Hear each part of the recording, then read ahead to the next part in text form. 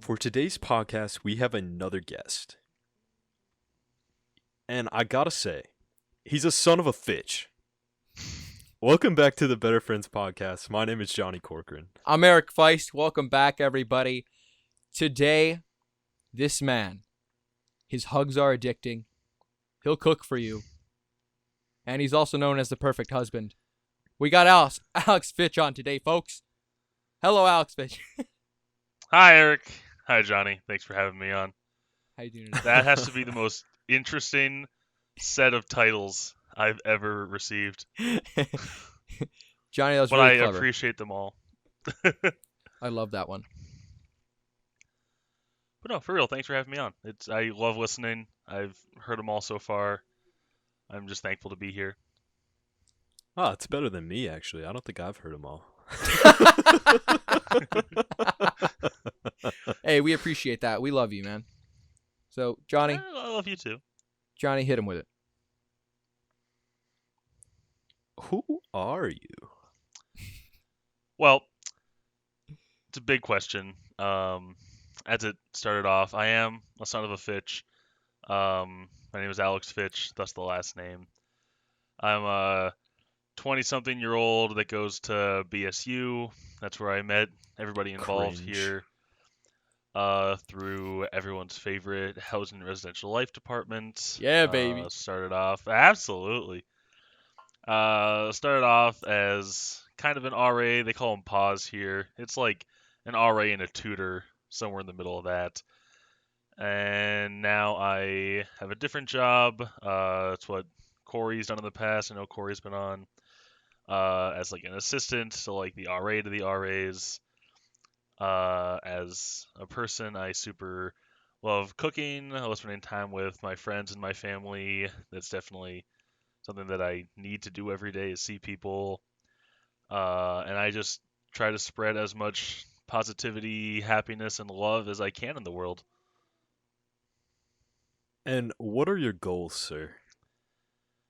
Once again, huge question. Right now, my goals are find a career in cooking is where I'm at right now. For the last few years, I've been in school for nursing, which is a far departure from where I'm at, wanting to go cook and do culinary arts now. But it is something that I think I've always wanted in the back of my mind as something that will make me happier and more fulfilled. And I think that's my much larger goal is to live a happy and fulfilling life. And a change of career is right now the biggest goal I have in mind is to go into the culinary arts and put my life into that. Dude, that's All phenomenal. right. That's phenomenal. Can you talk about what you were doing before and going to culinary arts and that whole decision-making process? Because that's pretty big, right? Yeah, it's been a wild, I don't know, 5-6 weeks maybe of making choices and really having to look at myself and think internally about my own priorities, my own life, and where I want it to be. It all started, well, I should say it all started. For years, I've always joked that whenever school got hard or life became uncertain, that I'm going to throw my hands in the air, I'm going to go cook somewhere and be happy for the rest of my life. And for so long, that was a joke that wasn't a joke, but I always just said it as a joke. And about a month and a half ago, I was on spring break, took this awesome road trip to Colorado. I have a good friend who's from there. So we drove from Bemidji, Minnesota to Centennial, Colorado. It's about 16, 17 hours. And all that drive, all the time there, and all the drive back, it's something I had in my mind the whole time. Because I'm at a point in my existence where I feel like that's a choice I need to make now before it's too late. I am almost done with my third year of college now, so one more year here. And then I'm supposed to be a real adult and go out into the world. And I want to know what I want to do when I become a real adult and go into the world. And spending time in Colorado, such a different place than Minnesota culturally, and being able to experience different things and predominantly eat different food really just ignited my taste buds, my mindset, everything towards that is something that I want to continue to experience and do forever. So a 17-hour car ride back, I'm thinking about this. When I was in Colorado, I spent about $200 on cookbooks, which is the weirdest souvenir to get from a state with legal marijuana. I could have brought back a bunch of drugs, and I chose to bring back books. A weird choice. He's a wholesome man. Well, I'm that wholesome, right? Again, a husband. All right. But I spent 17 hours reading books on the way back, and by the time I get back to Minnesota, I feel like a changed man. I've spent time in the mountains, oxygen deprived. I've read these books. I've eaten this food. Damn, man. And I spend the next 2 weeks in quarantine. I come back. I'm socializing. It's COVID, coronavirus. Everyone knows already. But I come back. I have contact. I'm put on lockdown for 2 weeks, which for one of my nursing classes put me in a position where I was missing about 80% of my grade happened in those 2 weeks. And given I could have made it up, COVID, very understanding people, great professors, great program. But I had this weird mentality where most students, when they're told you have to stay inside, can't go anywhere, you're going to miss 80% of your grade, they would be worried. They'd be freaking out. Some might even cry. I had never felt happier. And I felt happy, I felt relieved, and I thought to myself, this is not normal. I need to reflect on this and really think about what this means. And then you spend 2 weeks by yourself doing nothing, Man. thinking. And at the end of it, I'm like, can I swear? Yeah, please go. Oh yeah. At the end of it, You I'm already like, know. shit, I can't do this anymore. I realized just how unhappy and stressed out and how much I had given up to be on a path that I didn't want to be on. And as to how I got there, that's a different side of things. But after a hard phone call to make to my parents, and I borderline broke down. I'm like, hey, I'm having a early midlife crisis. I don't want to do this. I want to be happy. I want to cook. I want to experience all these things, and that's the life I want to live. And then having to just financially, chronologically figure out what that looks like is super difficult when you've invested 3 years into one path. But what I was thinking to myself the whole time is I would so much rather consider the last 3 years of my life a waste than waste the next 40 on a career that I'm not happy in. That's a good point. How do you view the past 3 years in getting to this point? Because something someone had brought up to me before, because both of us, I guess, at this point, changing the trajectory of the rest of our lives, kind of cutting our college experience short of like what we thought it was going to be, I guess. Do you think you could have made this decision 3 years ago, though? I think I could have. I think 3 years ago, if leaving high school, I had a more definite plan. I'll be the first to tell you. In high school, didn't put a whole lot of effort in, gave the bare minimum, got the bare minimum out, and rode a lot on natural ability and charisma. Where just by knowing people and behaving a certain way, found success, and that didn't really teach me anything. So by the time I was out of high school and applying to colleges, I didn't know what I wanted to do, where I wanted to go, and I had nothing close to a 5-year plan or a 10-year plan. So my parents were suggesting things, my grandparents were suggesting things, and that's ultimately what brought me on the nursing path of things is my grandparents and my parents, largely my dad's side of the family, who have all been nurses or somehow medical field, all said, hey, this is a great line of work. You can make good money. You can do whatever you want with it. You can specialize and you can go to school as many times as you want. You can really make whatever you want out of it. And it sounds so great. It sounds like, oh, I can do this, do whatever I want, have my own schedule. Like that can be something I can wrap my head around. And 3 years later, it's still that. It's still something that you can go into, work forever, do whatever you want. But it's not what I really have wanted the whole time. Does that make sense?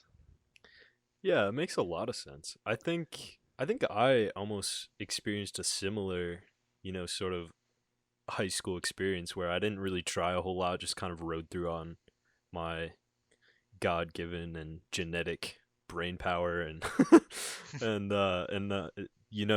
in my family the next obvious step was just to go to college. Like it would be really difficult, I think, to make that decision then to go into a different thing, like to do a trade, or in this case for you to decide to become a chef straight out of high school. There's no shot that I would have been ready to make that decision. Mhm. It, I can't help but agree. I think I'm gotten really into the communications like discipline and learning, and there's this term it's called identity foreclosure, where to avoid the uncomfortableness of self-growth, we as people will pick an identity and we'll say, "Yep, that's it. That's what I am. That's what I'm going to be."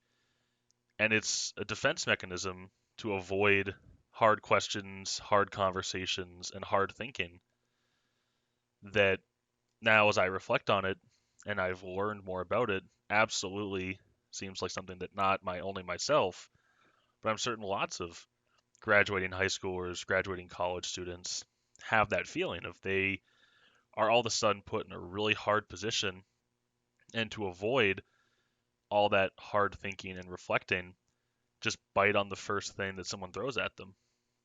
And now 3 years, 4 years later, you realize that those hard conversations, those hard moments really need to happen if you want to grow and be happy. That's Yeah, so and huge. I think people really underestimate the difficulty of knowing what you want. Mhm. Like everyone expects you to know what you want, but it's actually not that simple. A No. lot of your life you just kind of go with the flow and live with it. And you don't really think about, is this actually what I want to be doing until you're miserable like Eric and I.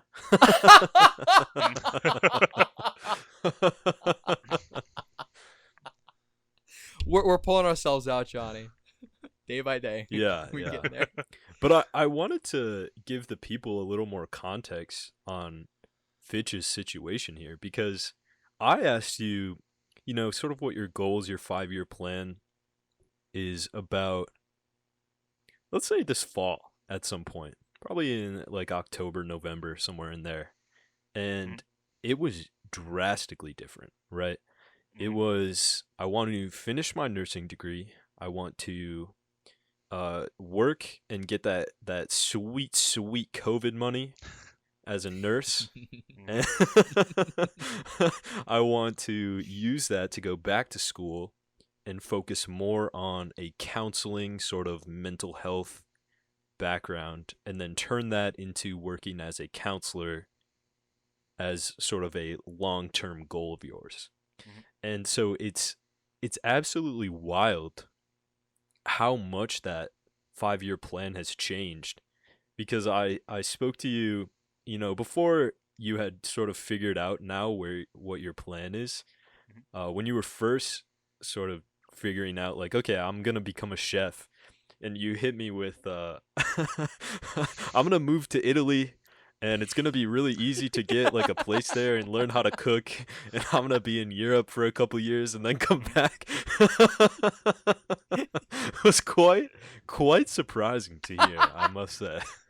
You know, I when I was first making the choices, I was super ambitious and unrealistic. Well, I think I have a rationale for it too. Is I was ridiculously unhappy, so I had this magical idea of what I wanted to attain, and I wanted to put so much into it to get to that point. And at that point, it was great to fantasize about. It is the spark that got me to this point where I have an actual plan.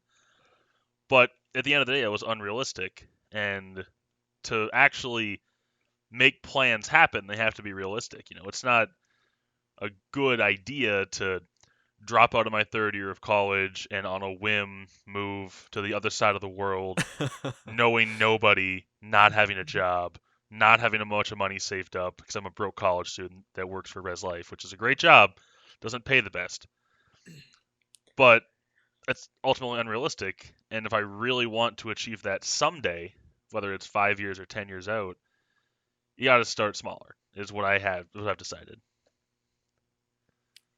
If That's that makes probably sense. wise. That's probably wise. Don't get me wrong, as Uh, fun as it sounds. If someone gave me you infinite money, I'd still do it. I'd leave right now. Oh, for sure. I'd be right on your heels, buddy. No, Yeah. you mentioned that everyone sort of on your dad's side of the family, in your family line, was all in the same line of work, all being nurses Mhm, or in that sort of profession. Was it mhm. really, I guess, what was it like to have that conversation with your dad about, sort of going against the grain, sort of giving up on this family tradition, almost, you could say, sort of spurning all of your father's hopes and dreams of what you could become in order to Y- do what you want to do. You know, oddly enough, I don't feel awful at having a conversation with my dad. My dad is not a nurse right now, which is important. But my dad's parents were both nurses, and when my grandfather was a nurse, that was back when male nurses were 1 in 100. They were less than 1% of nurses were men. So it was a big deal at the time for him to be a nurse. And it's obviously, like I said, great work. There needs to be more men involved with it. It's a great field. My Word. dad's sister is a uh, occupational therapist down in the cities. She runs one of the departments down in the cities for a healthcare center. So has made great leaps and bounds in medicine. And then my dad went to college. I don't I don't know if he wants me telling all about it, but I'm going to. Went to college, partied pretty hard. Um, didn't finish a degree until maybe 6, 7, 8 years ago. Until he was, Oh, wow. 3 kids deep. He needed like 2 or 3 classes worth of credits, just never finished them. But he Mm. got so caught up with my mom having a relationship, getting married, having kids, that he worked restaurant to restaurant, managing, serving. Eventually moved to Grand Rapids, Minnesota, Iron Range, and the best money you can make on the Iron Range is driving heavy machinery. And at that point, he has 3 kids. One of them, my older brother, was going to college, and to finance that, ended up going to a mine, getting all the training needed. Still does that to this day, but several times he's tried going back to school to get a nursing license, to get a nursing degree. And I'm confident right now, if I asked him, what would you want to do to be happy for the rest of your life, he would go cook somewhere. For years, him and I and my whole family have fantasized about having a food truck, and it to this day, I'm pretty sure it's still his retirement plan. But I think if he could take it all back and have a different career, I think he'd go into cooking. I think that would be what would make him happy.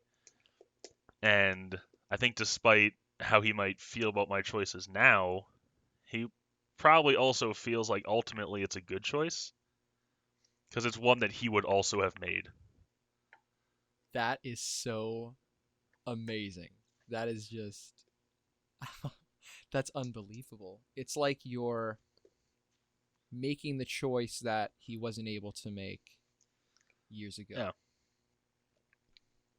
And I'm sure that's something Now, he's ultimately really proud of. now, Or will. what is the name of the food truck, if you will? The food truck that my dad really wants to open, for one, there's already a food truck in my family. My older brother has a food truck now called Updog. It's in Duluth. They That's sell hot dogs. hilarious. My dad really wants to open a food truck, and he wants to call it Dos Blancos Amigos con Burritos, which for you non-Spanish speaking people means two white friends with burritos.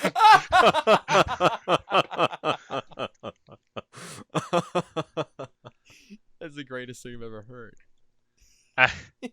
He loves it. I love it. It's a great idea. But him talking about Dos Blancos Amigos con Burritos and him talking about the 16-hour shifts he works in a dirty mine pit surrounded by a bunch of stupid Iron Range people. No offense to the Iron Range, I love you. The energy and the light in his eyes is completely different. Like you can tell that at the end of the day, mining's a career and food is a passion that he'd love to be doing. So he And probably really supports you then. yeah, I think the hard part of this is telling his parents, telling my grandma and grandpa that I'm not gonna go be a male nurse because it makes me unhappy. That's the scary part. I don't think they know yet. Oh wow. And my dad's dad about once every week or two sends me like a Facebook message about some nursing article or meme. So I'm super not looking forward to having this conversation with them. Just slip it in there. Hey, do you like cooking? Just start sending him recipes to combat his nursing memes. Oh, Hey, Grandpa, Slip you it know in how there. Dad kind of gave up on your dream? Yeah, I think I'm going to do the same. yeah. On the bright side, my younger brother recently decided he's going to medical school or something Oh, medical. there's a saving grace. So Perfect. hopefully he's picking up that banner. Sorry, Michael, but At least there's someone Yeah. someone making him proud. God. I hope dang. so. But I'd feel so bad if my younger brother Michael felt the same pressure that I did, because going to college, going into nursing, felt like an obligation for me. Like it's something that to make my family happy, I should do. It's something I have to do. And I would hate if Michael had that same feeling. Like that feeling sucks. And 3 years later, I'm finally deciding that it sucked. Yeah, I've always thought that you should let your siblings carry the family burden and just make sure that you're happy. If they're Yeah. miserable, it's their fault. They can have their own difficult conversations. It's fine. As long To as my you make it family who's out, oh probably my God. listening to this, I'm just kidding. So, going from that, have you stayed pretty positive throughout that whole experience? Were there any times you were kind of down on yourself making that decision, or was it mostly you just looking forward and being excited about what's to come? I have not once doubted this decision. I had this difficult phone call with my parents, and from that moment on, I'm like, all right, we're committed. This is the decision. This is where I'm headed. And I have not looked back.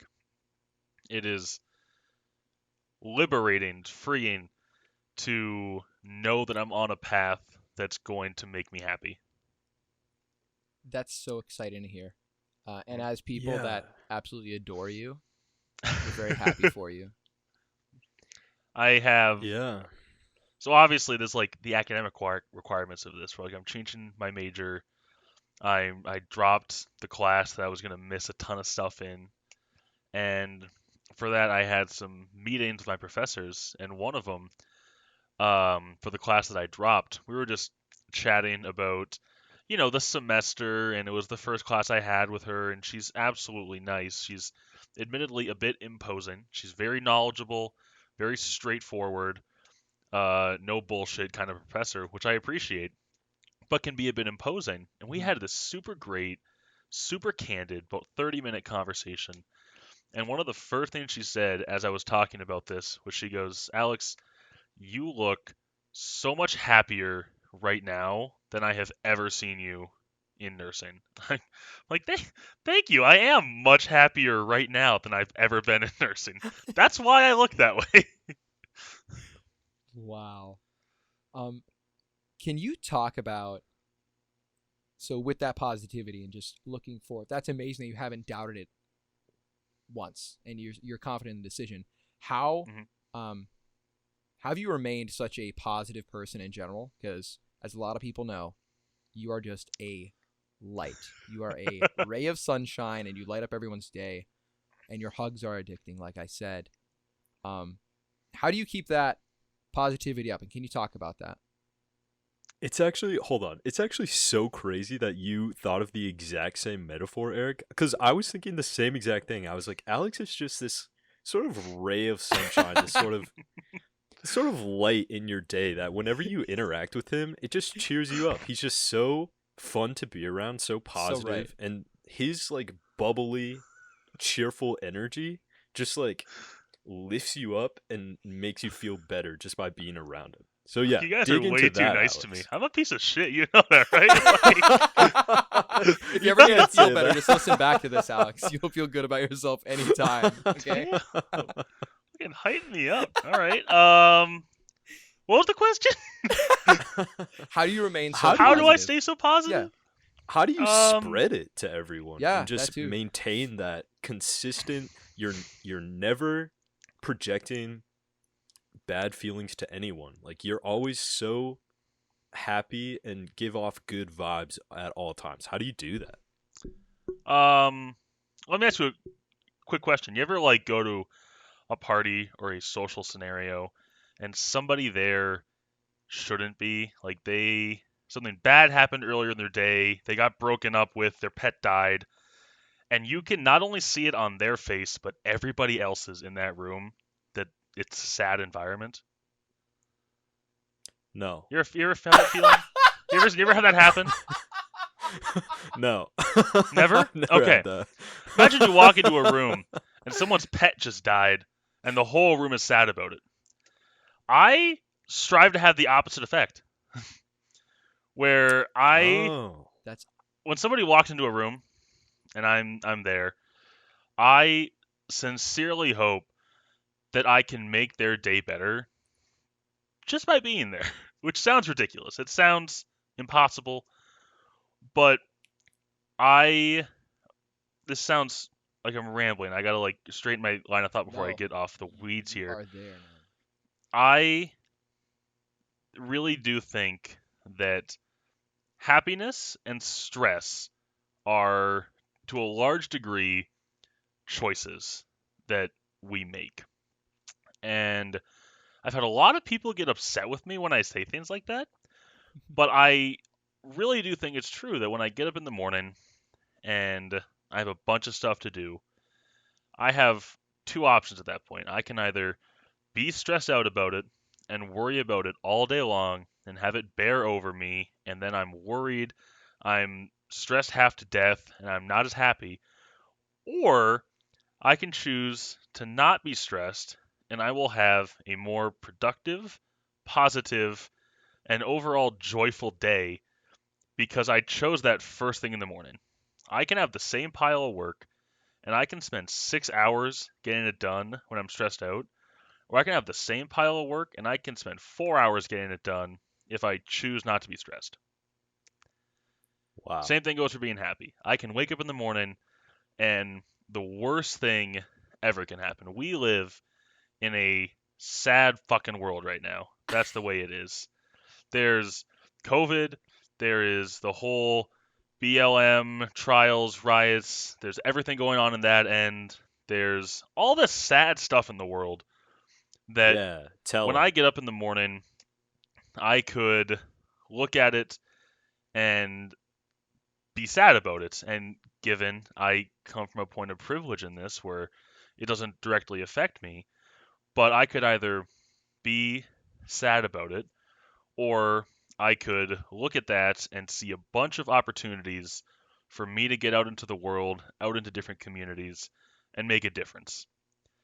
If the world was a super positive place, it would be great, but nobody would do anything. People do things because something is wrong, because something is sad, because something is fucked up. And if things weren't that bad, nobody would do anything. Nobody would make a difference. No one would volunteer. Nobody would donate their time.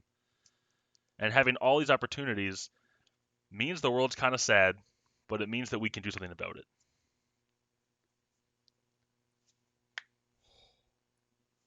You are laying the heat. I think that's an amazing outlook on. I'm speechless. I got nothing to say. Johnny, you say some shit. I'm just blown away. It's such a powerful message that you just shared about how we can, in our heads and with our minds, sort of decide how we live our lives. We can be this positive force that you are. You said it's impossible, but you really are that person for a lot of people. You really do, just by coming into the room, brighten up a lot of people's days. And it's such a powerful idea that that's something that we can all strive for and really help change the world and make it a better place. And I don't think that there's anything else that we can even say after that. No, that's definitely it. Alex, we love you so much. Thank you so I much love for you coming too. on and just dropping it here. Laid it all on the table. So fun talking to you. Yeah, that's it. Thank you all for watching and listening to the Better Friends podcast. We are available on Spotify, maybe on Apple Podcasts. You can find us on YouTube and check us out on Facebook and our social medias. Everything will be in the description. Alex, do you have anything you want to shout out for yourself? Thanks for having me out here. Anybody who listens to this that feels impacted, thank you for making my life a better place just by existing. I'm super sorry to my grandparents if you find out my life choices because of this, because I'm probably going to share this on my Facebook and my social media. If you listen to this / watch this, I'm super sorry. We can talk about it in person later. Yeah, that's all I got. I love you both. I love the world. Yeah, that's Perfect. it, baby. Perfect. We love you too. We'll see you next week on Monday. Thanks, folks. Thanks for watching. See you at your Michelin star restaurant in a few months. Peace. See ya.